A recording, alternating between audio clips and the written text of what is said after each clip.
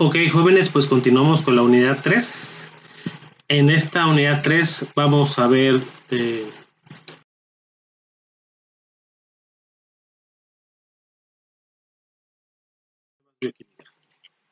pero primero vamos a ver qué es la identificación bacteriana y cómo se realiza esta. Desde la unidad pasada, desde la unidad 2, habíamos visto que la identificación bacteriana la podíamos haber hecho a través de tinciones. Entonces vimos diferentes tipos de tinciones y vimos que es, digamos que el primer paso para la identificación bacteriana, ¿no? O el segundo, ¿no? El primero sería la morfología colonial, la que nos crece en las cajas Petri cuando realizamos el método estrella cruzada. Eso ya lo vimos, ¿no? Pero vamos a ver cómo se realiza una identificación bacteriana. Primero que nada debemos de entender el concepto que se entiende por identificación microbiana al conjunto de técnicas y procedimientos que se aplican para establecer la identidad de un microorganismo. Ahí lo dice, conjunto de técnicas, o sea, no nada más es o una tinción Gram, o una descripción morfológica, o una prueba X, ¿no? Entonces, son dos o más técnicas que se utilizan para identificar los. ¿Qué técnicas o métodos conocemos? Los métodos que conocemos, primero es el que les había dicho, el basados en criterios morfológicos, que cuando se tienen las cajas Petri se ve cóncava, convexa, puntiforme, etcétera, ¿no? Pulminado, cualquiera de las morfologías que nosotros podamos alcanzar a ver con nuestros ojos dentro de una caja Petri son los criterios morfológicos. Basados en tinción diferencial, eso es lo que les decía yo sobre, por ejemplo, la tinción Gram. Cuando nosotros queremos ver la morfología microscópica microbiana, pues se realizan diferentes tipos de tinciones. Ya vimos tinción simple, tinción diferencial. Entonces, la tinción Gram es, digamos que la tinción diferencial más reconocida y la más usada también. La tercera, después de hacer primero morfológicos, diferencial, ahora la tercera sería basada en pruebas bioquímicas y esta va a ser la de nuestro interés por esta unidad.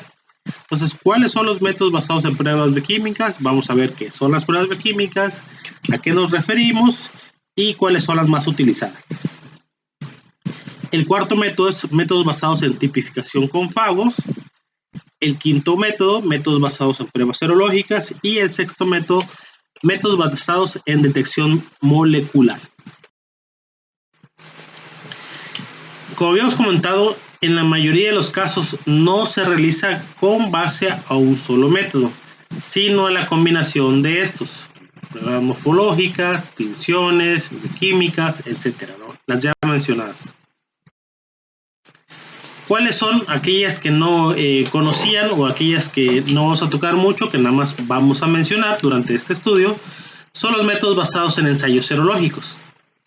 Los métodos serológicos implican la utilización de preparaciones de inmunoglobulinas específicas que provienen del suero o de reactivos y que pueden ser de gran utilidad en la identificación microbiana en muestras puras o en muestras biológicas. Y este es uno de los apartados que los QFB tocan, ¿no? Métodos de ensayos serológicos. Métodos en biología molecular, pues también ya vimos parte de esto en la unidad 2, que son secuencias de DNA a partir de genes. Entonces ya vimos que uno de los más utilizados es el gen rRNA16S y hay otros RPB, SEC-A, SEC-B, otros genes o el genoma completo de un microorganismo para la identificación de estos. Y el que nos corresponde o que nos interesa en esta unidad son los métodos basados en pruebas bioquímicas. ¿Qué son estos métodos? Determinan la actividad metabólica de una cepa pura. Son empleadas principalmente en identificación y clasificación tanto de bacterias y hongos. Entonces, las pruebas bioquímicas no son solamente para bacterias, sino que también pueden utilizarse algunas para hongos. En este caso nos vamos a referir solamente a las bacterianas.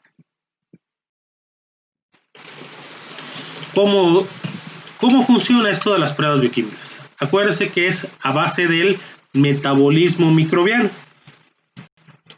Y vamos a recordar un poquito de bioquímica. Si nosotros tenemos una enzima, le ponemos un sustrato, se forma un producto, ES, enzima sustrato se juntan la enzima y el sustrato y finalmente pueden dar un producto, ¿no? Esos son fundamentos básicos de las pruebas bioquímicas. Puede haber una descarboxilación, una producción de azufre, producción de CO2, una decoloración, cambio de medio pH, etcétera, ¿no? A través de los metabolitos secundarios de los microorganismos. ¿Qué es lo que intentan hacer las pruebas bioquímicas? Las pruebas bioquímicas tratan de identificar los productos finales de procesos metabólicos. ¿Qué es lo que hacen? Los cambios que se producen, reacciones químicas que ocurren, enzimas que intervienen, productos intermediarios y secuencias de reacciones bioquímicas. Por ejemplo, este es un medio desarrollado por Cowen y Stiles en 93, en el cual es para ver la movilidad. Acuérdense que para que sea móvil debe ser semisólido. Entonces, este medio de cultivo utiliza gelatina, 80 gramos por litro, peptona como fuente de nitrógeno, 10 gramos por litro, extracto de carne, fuente de carbono, poquito de sal, cloruro de sodio, 5 gramos por litro, y algo que un poquito, para que no sea líquido, utilizamos 4 gramos de agar por litro. La pigmentación es, digamos que, otra de las pruebas que pareciera fácil, pero a veces es difícil, ¿no? Entonces, la pigmentación depende mucho primero que nada, del tipo de medio de cultivo, ¿no?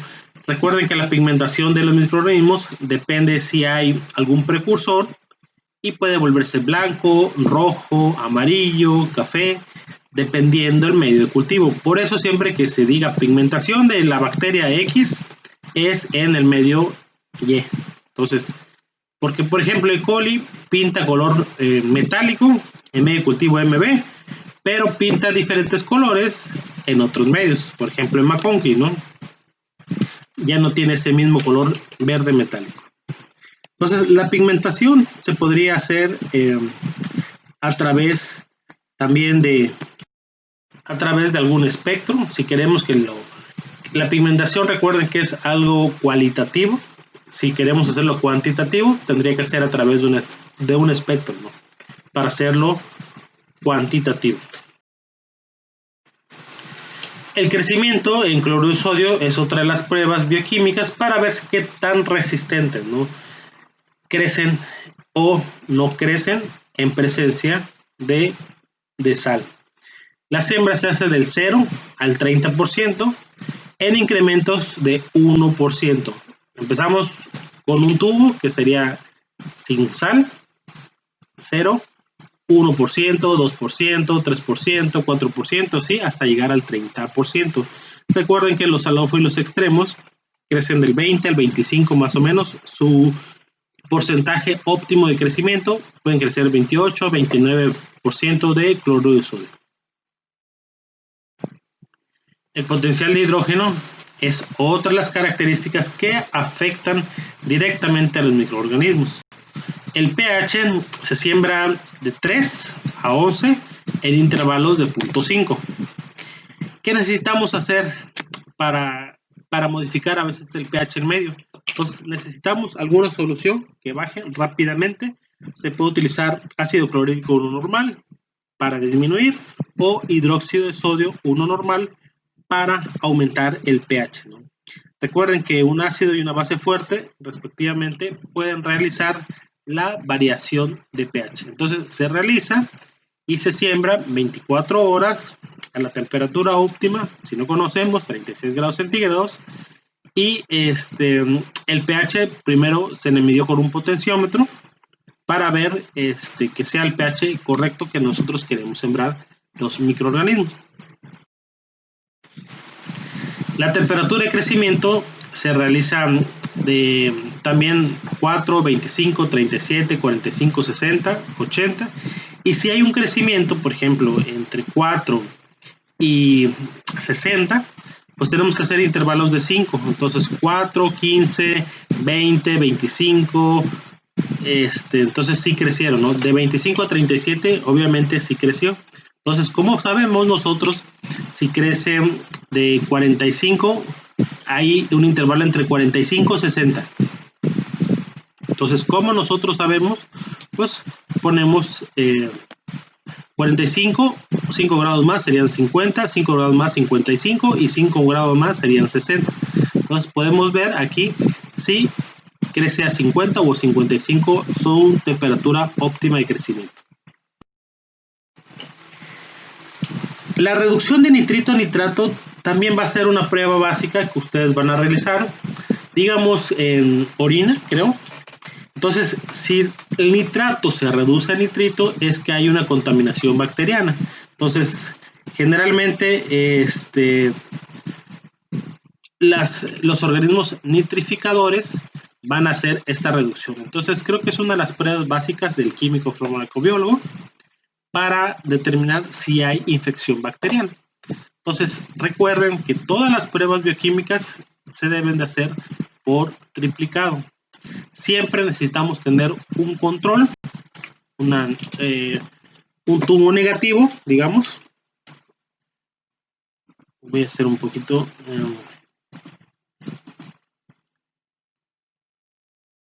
Para ver, el tubo negativo nos va a dar, digamos que la coloración del medio de cultivo sin inocular.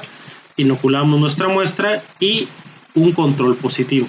El control positivo es el que va a hacer el cambio o el vire o que esté el medio de cultivo funcionando, porque a veces el medio de cultivo puede ser un poquito viejo y si no se pone un control positivo no sabemos si es culpa de la bacteria que no descarboxila, que no produce gas o que no hace la reacción bioquímica si no ponemos un control positivo.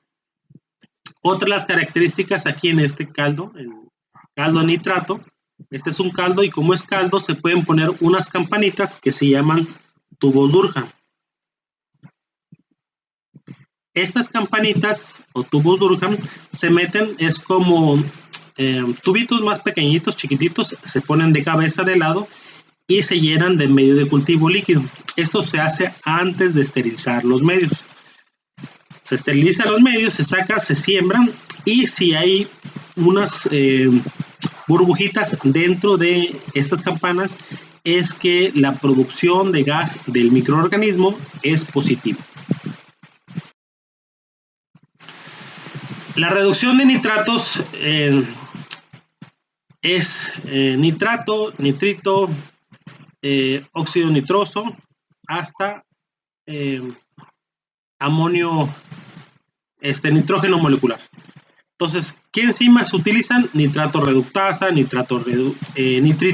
primero nitrato reductasa, etcétera, ¿no? Estas son las principales enzimas nitrificadoras para que si tienen los organismos completar el ciclo del nitrógeno. El nitrito reacciona con dos reactivos, el ácido sulfanílico y la dimetil alfa-naftilamina, y la reacción de color se debe a la formación de un compuesto diazoico para sulfobenceno azo-alfa-naftalina. Cuando la prueba resulta negativa para nitritos, se utiliza la prueba del zinc para reducir químicamente los nitratos presentes a nitritos y formar los reactivos de gris. Es un compuesto colorido. Es como es la teoría de la reducción de nitratos.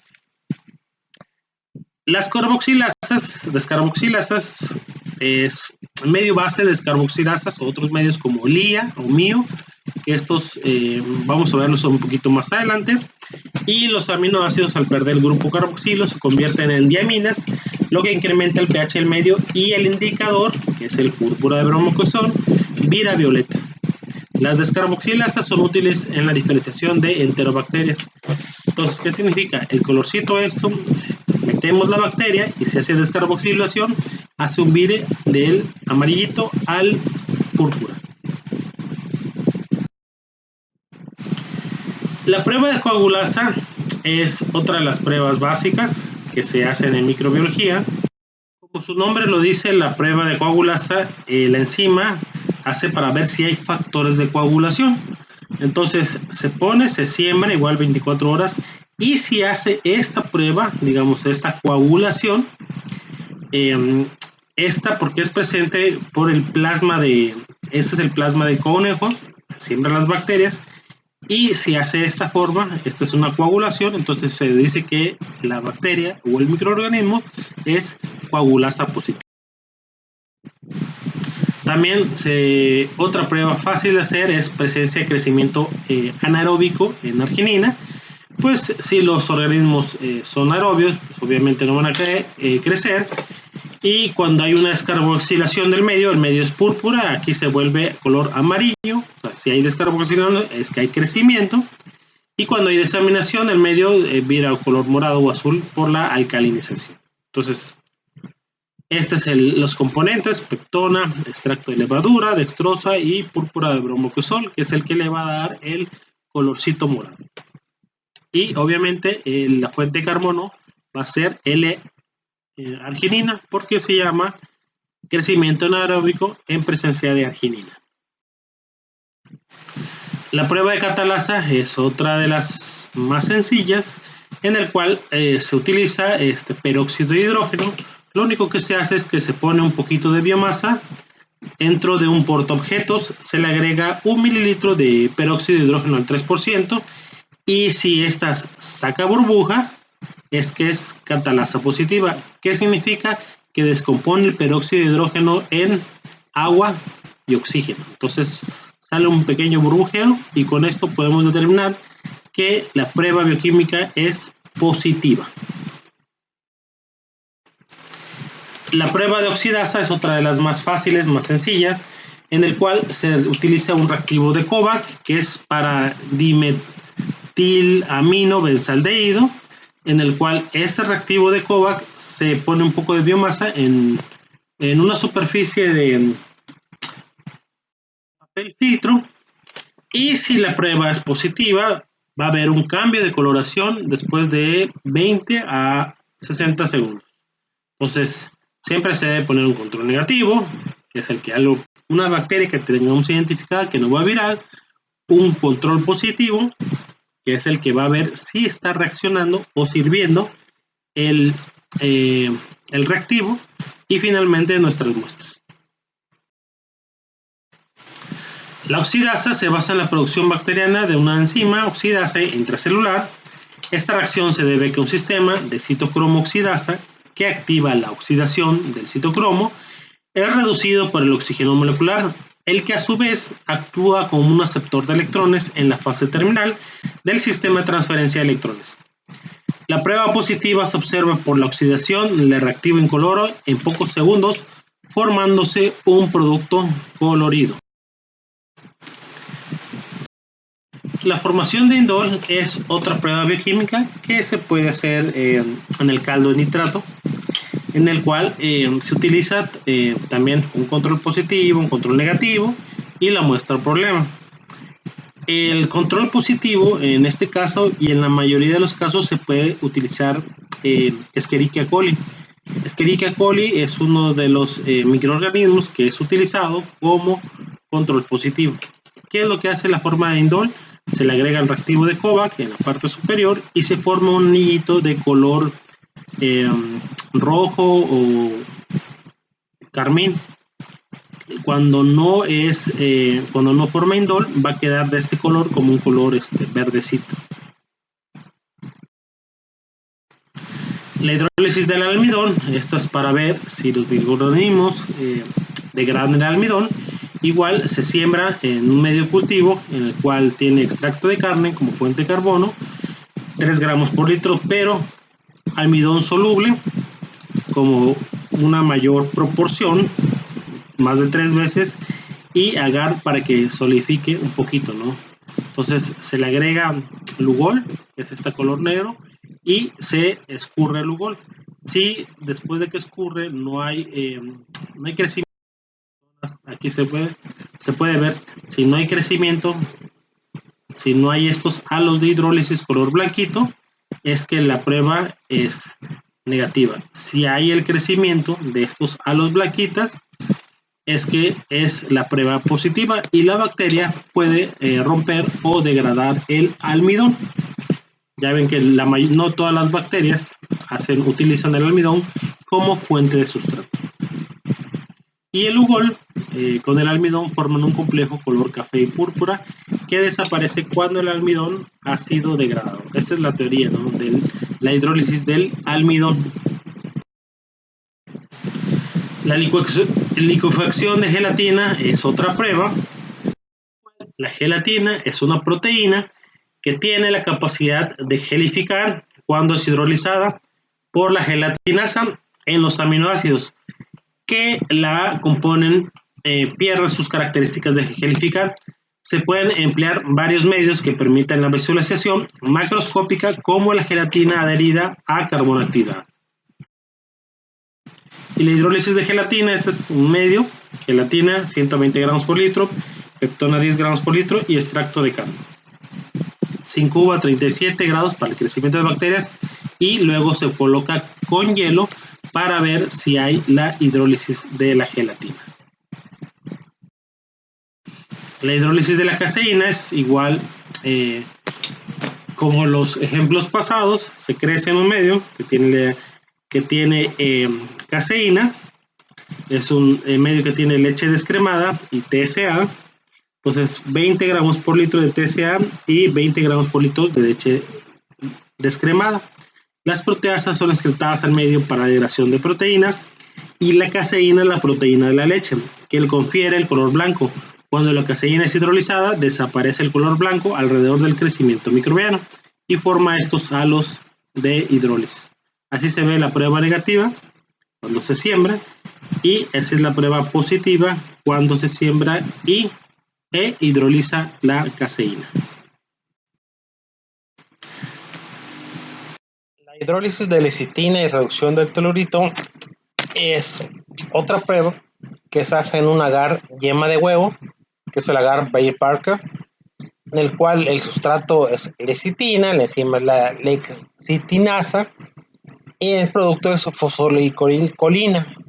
Entonces, algunos microorganismos producen lecitina que hidroliza la lecitina, que es un fosfolípido. Se utiliza el agar yema de huevo, que es un agar muy bonito de preparar, tiene sus complicaciones, pero es algo difícil de realizar. Las colonias productoras de lecitinasa forman una zona opaca a su alrededor, como se puede mostrar aquí en la figura, y el medio de Bayer-Parker es empleado para aislamiento y cuantificación de estafilococos coagulasa positivo, al que se adicionan componentes que lo hacen selectivo. Las colonias típicas de Staphylococcus aureus son oscuras por la reducción del telurito. Además, presentan una hidrólisis de la lecitina.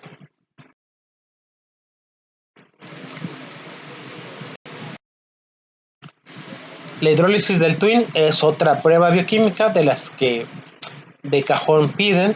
Entonces es fácil, el medio de cultivo es el monooleato de polietileno sorbital, eso es el twin, y lo ponen o lo piden a diferentes concentraciones, ¿no?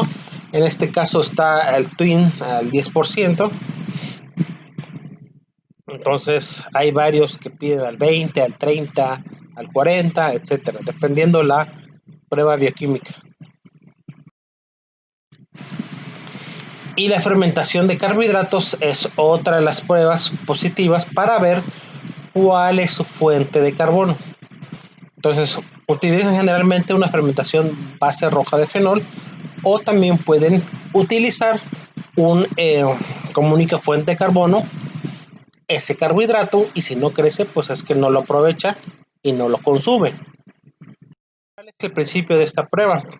Es que los componentes de carbono deben ser incorporados y algunos requieren de ser degradados en monómeros y transportados a la célula para posteriormente en condiciones anaerobias ser metabolizados por vía fermentativa. La glicólisis, por ejemplo. La fermentación o degradación de un compuesto orgánico se observa por la acidez en el medio de cultivo y la formación de gas capturada por una campana de fermentación o campanas de tubos Durham, como ya habíamos mencionado anteriormente. Y como les había dicho, también puede ser para la utilización de azúcares. Se utiliza este medio sintético de Berger, en el cual tiene estos componentes: fosfato de sodio heptahidratado, sulfato de magnesio heptahidratado, entre otros, ¿no? Tiamina, biotina, etcétera. Y lo único que va a cambiar va a ser la fuente de carbono. 2 gramos por litro de glucosa o lactosa o manosa, etcétera, o almidón o carboximetil, ¿no? Dependiendo estos son algunos de los ejemplos de los carbohidratos o azúcares más utilizados. La oxidación de la glucosa produce ácido pirúvico por vía de derivación y ocurre en condiciones aerobias y no requiere fosforilación inicial, ¿no? La producción de ácido se observa por el vire del indicador al color amarillo. En los tubos positivos puede haber generación de gas. Entonces, la oxidación, tubo abierto, positivo, tubo cerrado, es color verde, negativo. Fermentación es cerrado, tubo abierto verde, tubo sellado amarillo, y así, ¿no? Entre otras pruebas. El rojo de metilo o Voges-Proskauer es para ver la fermentación ácida. Los productos finales son ácidos orgánicos que provocan un descenso brusco del pH inicial del medio. Es el viraje del indicador amarillo, pH por encima de 5.1 y rojo, pH por debajo de 4.4. Estos microorganismos, por cada 4 moléculas de piruvato formadas, reducen 2 a ácido láctico y 2 metabolizan para formar ácido acético y fórmico. Aparte, el acetato pasa a etanol y parte del fórmico a CO2 e hidrógeno en cantidades iguales. Para determinar presencia, ¿para qué se utiliza la Voges-Proskauer? Para determinar la presencia de los productos neutros. Se agrega alfa-naftol al 5% en etanol y luego se añade hidróxido de potasio al 40%, que desaparece respecto al lechoso, se agita fuertemente y la prueba positiva es color rosado o violeta en la parte superior del tubo y la prueba negativa no cambia de color, no tiene coloración. La utilización de citrato, de las pruebas básicas, y todas estas pruebas bioquímicas, las que son de medio sólido, se hacen en forma de pico de gallo. ¿Qué es lo que se hace? Se agrega 2 a 3 mililitros en tubos pequeños de medios de cultivo y como tienen agar, estos se inclinan aproximadamente a 45 grados mientras se solidifica el agar. ¿Para qué es esto? Para que cuando uno introduzca el asa y siembre de esta manera, de arriba hacia abajo, bueno, o de abajo hacia arriba en este caso, se siembre sobre la superficie de contacto y tenga mayor superficie de contacto. Todas las pruebas bioquímicas que son sólidas se van a hacer en volúmenes pequeños, porque recuerden que es por triplicado, y se dejan a 45 grados después de que salen de esterilizar para que tengan esta forma. Un microorganismo que puede utilizar el citrato como única fuente de carbono también utiliza las sales de amonio del medio como única fuente de nitrógeno. La extracción de nitrógeno de las sales de amonio produce amoníaco y se alcaliniza el medio viraje indicando el color alcalino. Este es otro de los básicos, ¿no? La prueba negativa no va a cambiar de color y la prueba positiva va a virar a un color azul, la utilización de citrato.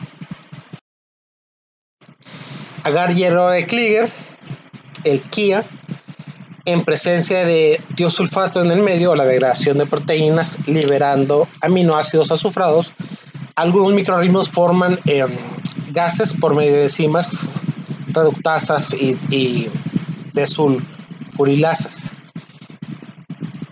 Esa es la producción de el agar de hierro Klieger.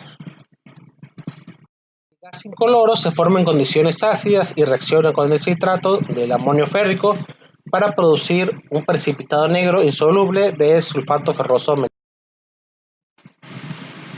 Esta es la teoría de cómo funciona. Como les había dicho, se pone en el pico de flauta, entonces tiene un pH 7.7, se siembra sobre esta parte y la reacción inicial, el pico de la flauta, ácido y fondo amarillo. Esos son para los no fermentadores de lactosa. Reacción final, pico de flauta alcalino y fondo ácido o ácido, los que son fermentadores de lactosa, ácido y fondo ácido, cambia de color amarillo. Las bacterias incapaces de fermentar utilizan las peptonas y liberan aminas que alcalicen todo el medio. Las bacterias que solo fermentan la glucosa inicialmente también utilizan aeróbicamente la glucosa. Debido a la baja concentración de glucosa, que es del 0.1%, metabolizan las peptonas alcalizando la superficie del medio. Las bacterias fermentadoras de glucosa y lactosa fermentan la glucosa del 1% y al término de esta fermentan la lactosa al 1%, permitiendo la acidificación completa del medio. El medio Klieger está diseñado para identificar enterobacterias y otras bacterias gram negativas. Recordemos cuáles son las enterobacterias, pues Escherichia coli, Salmonella, Shigella, Klebsiella. Entonces, vamos a ver la interpretación, por ejemplo. El primero es el tubo control, en donde pues no hay siembra de microorganismos, por lo tanto no hay fermentación de nada ni producción de nada, ¿no? Todo es negativo. En el primero hay fermentación de glucosa, producción de gas, fermentación de lactosa y producción tampoco, ¿no? Esta es una prueba negativa. Ya en el tubo 2 hay fermentación de glucosa, en el tubo 3 hay fermentación de glucosa y producción de gas, más producción de gas. En el cuarto ya hay fermentación lactosa, producción de gas y así sucesivamente, ¿no? Aquí se puede ver la tabla y cómo van variando los colores y las formas dependiendo de el medio, ¿no?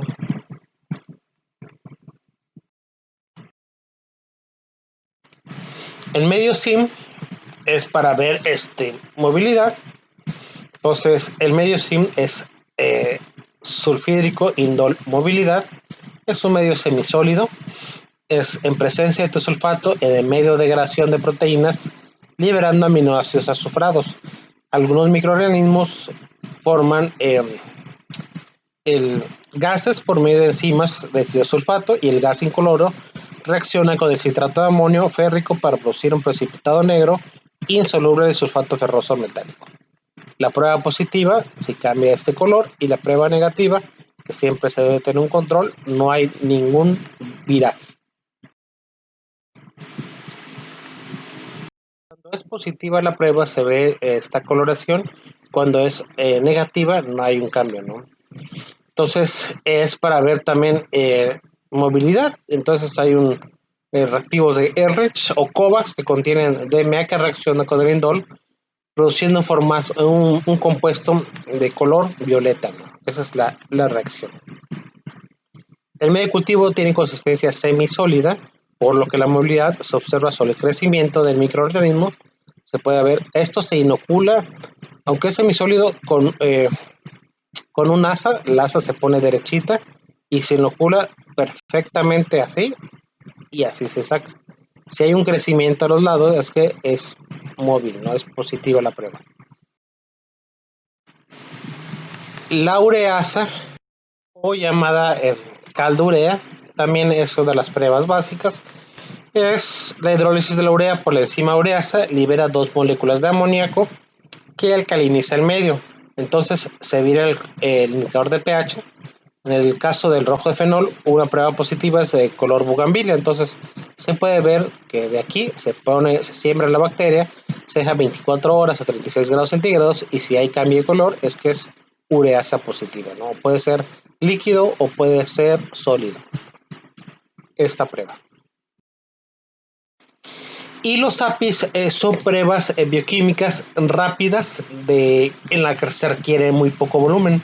Son kits que se compran y estos tienen bastante, ¿no? Nitrato, triptófano, glucosa, esto es como fuente de carbono, ureasa, escualina, gelatina, etcétera, ¿no?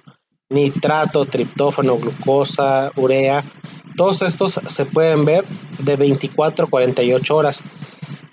La mayoría son 24 horas, o sea, digamos que es el mismo, pero en poco volumen. ¿Qué es lo que se hace? Se inocula en medio de cultivo. Recuerden que las pruebas bioquímicas deben ser pruebas en fresco y con una jeringa se toma un volumen, se toman microlitos y se inyectan.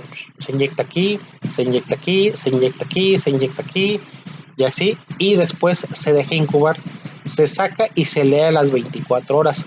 Hay 2 o 3 pruebas nada más, el kit lo menciona, que se leen a 48, pero la mayoría se leen a 24 horas. Y si hay un vire, un cambio de color, es que la prueba es positiva. O sea, está muy fácil. Las pruebas API es de Biomedics, son francesas y sí están bien reportadas, están en artículos. A mucha gente no les gusta, pero porque se manejan pocos volumen y es muy fácil porque se compra y se puede hacer rápidamente muchas pruebas. Estos son algunos de los que tenemos en el laboratorio, por ejemplo, caldo-urea, que siempre hay que leer, ¿no? Muchos de estos microorganismos, este es el que tiene urea 20 gramos por litro, fosfato monopotásico, rojo de fenol, etcétera, ¿no? Estos siempre hay que leer las instrucciones. Por ejemplo, dice ajustar y o suspender como se requiera para cumplir los criterios de funcionalidad. ¿Cuál sería? El pH. Entonces, si nosotros medimos el pH y no tiene más o menos esto, tenemos que con una solución de hidróxido de sodio o de ácido clorhídrico para que llegue. Generalmente cuando están bien no hay ningún problema, no hay que modificar el pH. Si se desea preparar e inocular, inmediatamente este medio da resultados confiables sin esterilizarlo. ¿Qué es lo que se esteriliza?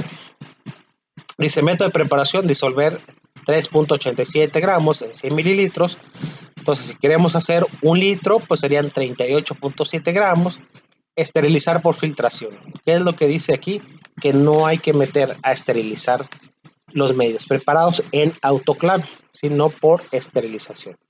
¿Qué es lo que se recomienda también? Pues esterilizar el agua, o sea, poner todo en el matraz donde se vaya a realizar, se esteriliza el agua y en el agua se preparan los volúmenes y se agregan en tubos pequeños estériles para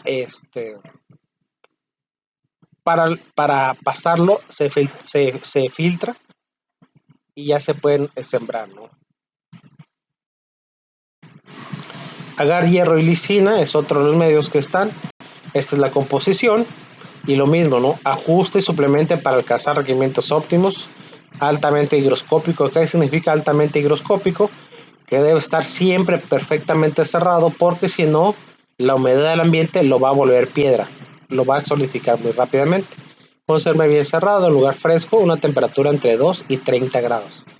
Y como saben, pues llegamos a temperaturas superiores de 30, ¿no? 36, 37, hasta 40 grados, ¿no? Es una temperatura que en el ambiente llegamos muy fácilmente. Método de preparación, igual 33 gramos en 1 litro, calentar hasta completa disolución y hervir durante 1 minuto. Dispensar en tubos de vidrio, tapar y esterilizar. Este medio sí se puede esterilizar en autoclave y ya después dejar de enfriar después de que preparamos, lo colocamos en los tubitos, lo dejamos enfriar en pico de gallo, ¿no? No hacer el medio, esterilizarlo y después vaciarlo en los tubitos. No, eso no. Se hace, se vacía en los tubitos ya listos, se esteriliza y ya cuando sale estéril se dejan enfriar en una posición de 45 grados. El agar citrato de Simmons, igual esto es la moda de preparación, rehidratar el medio, 24.2 gramos en agua destilada, reposar de 10 a 15 minutos, calentar agentando hasta el punto de ebullición durante 1 minuto para disolver completamente, distribuir los volúmenes en los tubos y esterilizar. No hay ningún problema. El SIM, acuérdense que es un medio semisólido. Estas son las características: peptone caseína, peptone carre, sulfato, sulfato, agar, ¿no?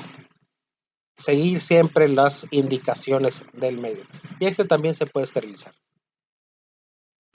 Agar-Kliger, medios para pruebas bioquímicas de enterobacterias y caracterizará su formación de glucosa y lactosa o la producción de ácido sulfídrico. ¿Cuál es? Ajustar el pH balanceado, conserve su lugar porque es altamente higroscópico. Y también se puede esterilizar el agar hierro de Kliger.